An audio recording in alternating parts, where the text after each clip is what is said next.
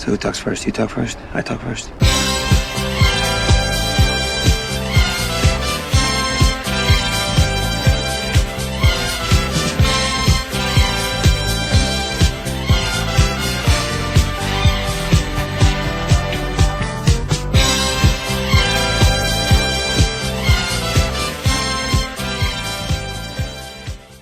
Starships.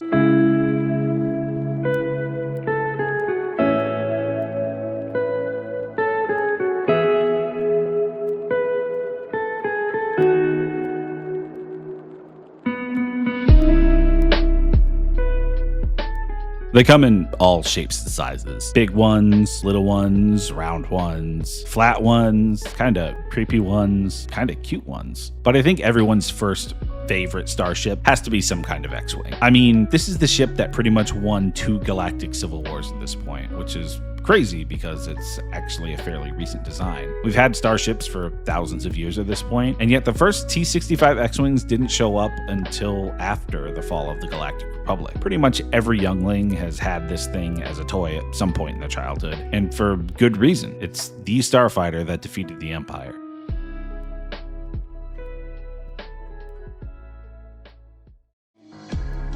The X-Wing actually finds its roots before the fall of the Galactic Republic, specifically in the Clone Wars. The starship manufacturer Incom brought into production the Z-95 Headhunter, a very popular starfighter that was actually used by the Grand Army of the Republic, but in a limited role. And just from a glance, you can see the X-Wing DNA here. It's essentially an X-Wing with the S-foils closed, but it's also a bit on the larger side. It was meant to engage other starfighters and maintain spatial superiority during a battle. Another similar X-Wing predecessor was the ARC 170, also made by Incom. This attack starfighter was crewed by 3 clones, but was closer in size to the X-Wing. It also utilizes an articulating S-foil system, just like the later starfighter, but it does have 6 wings instead of just 4. The crew is split up into a dedicated tail gunner, a pilot, and a co-pilot, helping spread out the workload and improve situational awareness. These guys could pack one hell of a punch, having enough firepower to blast through capital ship armor and even act in a bombing role with its torpedo launchers. It also sported a hyperdrive, something the Headhunter lacked out of the factory, but could be added as an aftermarket upgrade. You can clearly see the combined strengths of these 2 platforms when Incom began designing the T-65, adding the S-foil and smaller size of the ARC 170 and the overall silhouette and design language of the Z-95. After the fall of the Republic, Incom unofficially defected to the rebellion and provided them with plans for the T-65 X-Wing as well as manufacturing capabilities. All 3 of these platforms had fantastic in-atmosphere performance, something that would play a key role in several important battles throughout each of the starfighter's service periods. After the fall of the Empire, Incom would again improve on the T-65, eventually spawning the T-70 and T-85 variants that would go on to be used with the New Republic.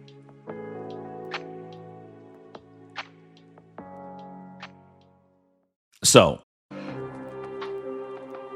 let's get technical on the X-Wing. To start out, it's a single-seat, medium-sized, multi-role starfighter, with room for a single astromech droid stationed behind the cockpit. In terms of weapons, it has 4 TMB K9X laser cannons, 1 on each wing. The lasers are zeroed to hit the same spot at a distance of 500 meters, although each laser has a limited gimbal to change the 0 point if needed. The lasers can also be fired one at a time in serial, in pairs, or all 4 at once. They cannot be fired with the S-foils locked together, however, due to complications with overheating. Locking the S-foils out in attack position is what gives the starfighter its iconic name, the X-Wing. It also sports 2 MG7 proton torpedo tubes integrated into the belly of the fuselage, and this is the weapon system that famously destroyed the first Death Star. It sports 4 Incom in-house designed engines, 2 on each side. In the later T-70 and T-85 models, these engines appear just to be a pair of engines, 1 on either side. However, they've just been redesigned so that the intakes of the engines are now half circles rather than full circles, and they blend seamlessly together when the S-foils are folded. When the S-foils extend send into attack position, it's clear that it still has all 4 engines, and you can still see the exhaust of all 4 from the rear. The S-foils on these later models also integrate when folded, whereas on the older T-65s, they stack. The X-Wing also sports both a shield generator and a small Class 1 hyperdrive. Both of these features are something that the Imperial Light Starfighters, the TIEs, lacked. This means that a squadron of X-Wings would be able to jump into a battle space rather than being ferried in on a carrier, outmatch most Imperial TIE fighters due to their shielding, and then jump back out of the battle. These hit-and-run tactics were used extensively by the Rebel Alliance, and ultimately are what caused a number of key battles to be won, including the Battle of Scarif, which was a huge turning point in the First Galactic War. By the time the First Order had rose to power, they had taken notes about the capabilities of the X-Wing and equipped their new TIE fighters with both shields and a hyperdrive to be a better match against the New Republic fighters. Now, due to its stellar track record and being an icon of the Rebel Alliance and the New Republic, the X-Wing has been featured in quite a few video games. Some of these date back to super early games. We won't go through every single game it's ever been in, but we will touch on some of my favorites.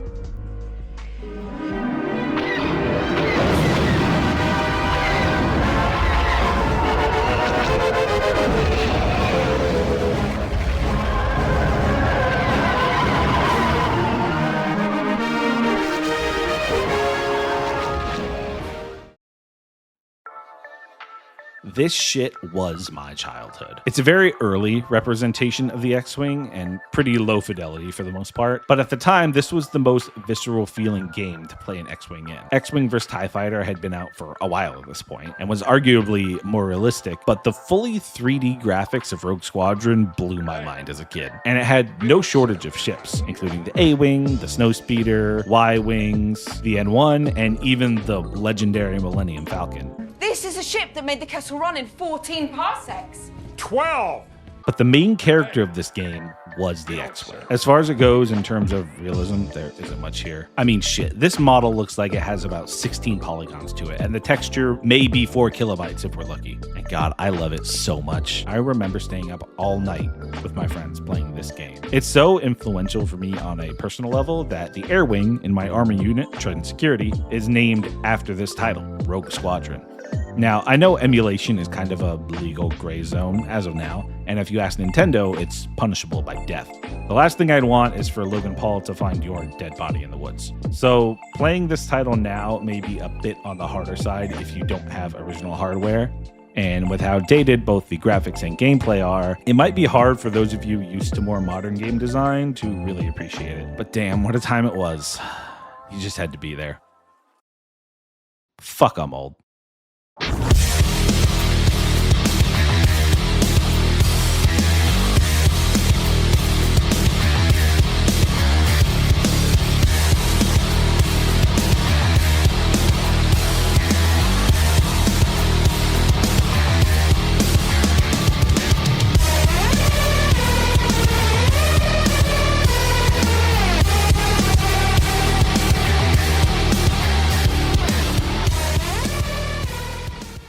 Alright, Battlefront II is fucking peak. And no, not that one, this one. The X-Wing appears in the space battles when playing as the Rebel Alliance. The controls are intuitive enough. You can stick to the designated up direction that the game sets, or you can roll and control the starfighter like you would in other flight sims. For the time, the model looks pretty decent, especially when compared to the old N64 graphics we just saw, and when you consider just how many assets are on screen at once, especially in 2005 when this came out. Space battles in the OG Battlefront 2 are some of the most foundational gaming memories I have. Like, look at how cool this is. You spawn in your capital ship, you take off, and you can either attack the opposing capital ship from the outside, or you can land in their hangar and sneak around their ship, sabotaging it from within. Or you can just fight off enemy starfighters in dogfights. Or you can man turrets that are on the ship. In the new Battlefronts, there are space battles, sure, but they are nowhere near as cool as these old ones are on a conceptual level. OG Battlefront 2 is available on Steam, both as a remaster and as the old original 2005 version,